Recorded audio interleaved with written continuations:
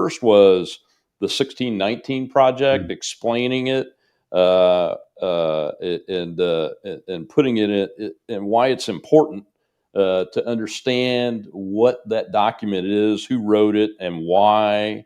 And how do we, what I want you to talk about now is why did you spend time on that particular project for our viewers? But more importantly, why is that project being accepted by some in our society, our American society, in Yeah, your opinion? yeah. Boy, there sure is a lot we could talk about here, and so let me share just a couple of things. Hmm.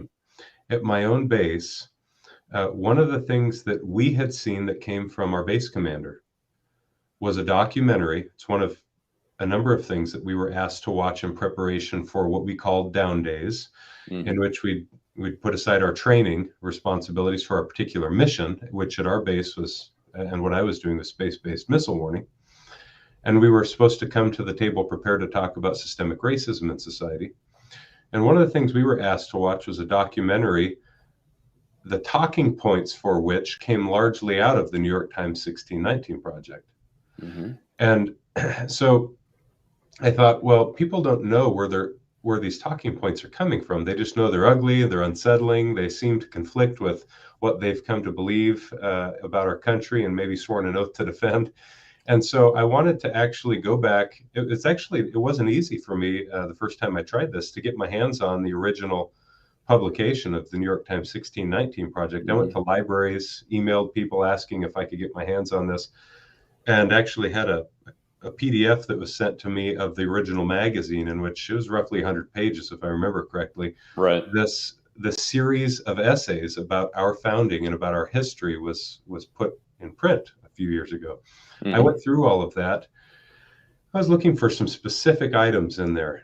If our base commanders, for example, might be pushing talking points from this narrative, I want to understand who it is that was the lead essayist, Nicole Hannah-Jones, which I talk about in my book. It's unsettling.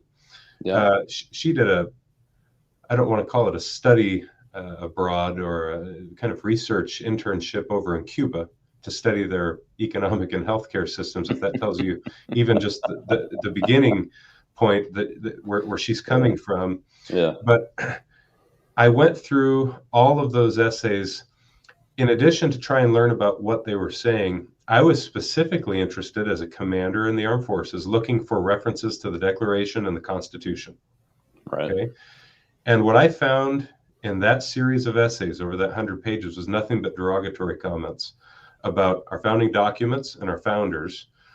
And then you begin to see that's the foundation upon which their narrative of American history unfolds. It's the evils of the founders and the founding documents and the founding philosophy. And so I thought, this is really important to tee up at the very beginning of my book. I'd like to help, I thought, first of those that I led in my own unit, and then by extension, of course, all of our service members.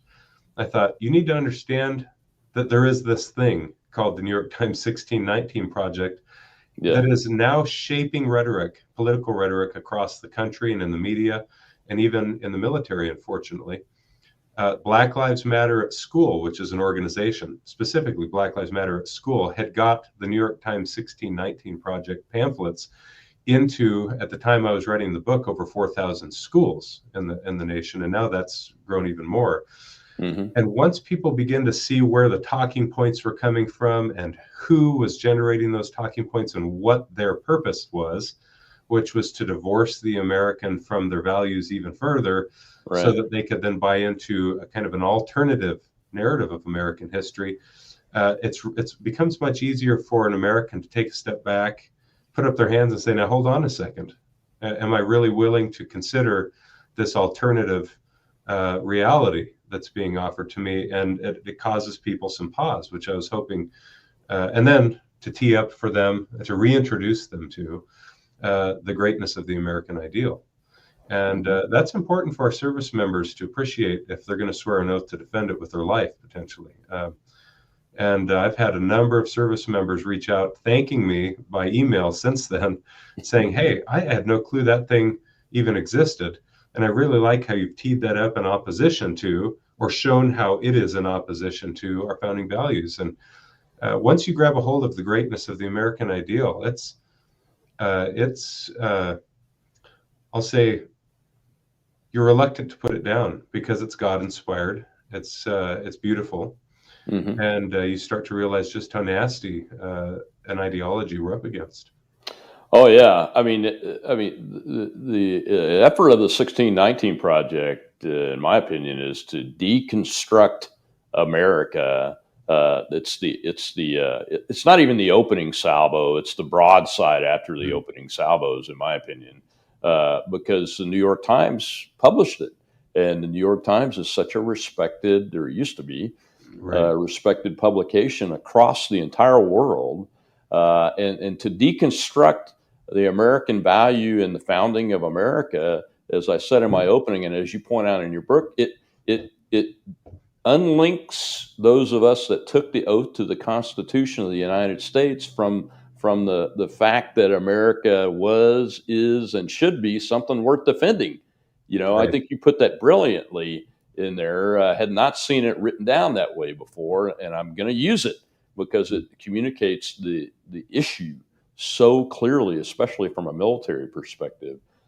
Because if we're part of a team, and the team is divided in such a way as what we see in the 1619 project, then the team can't survive conflict, military conflict, combat.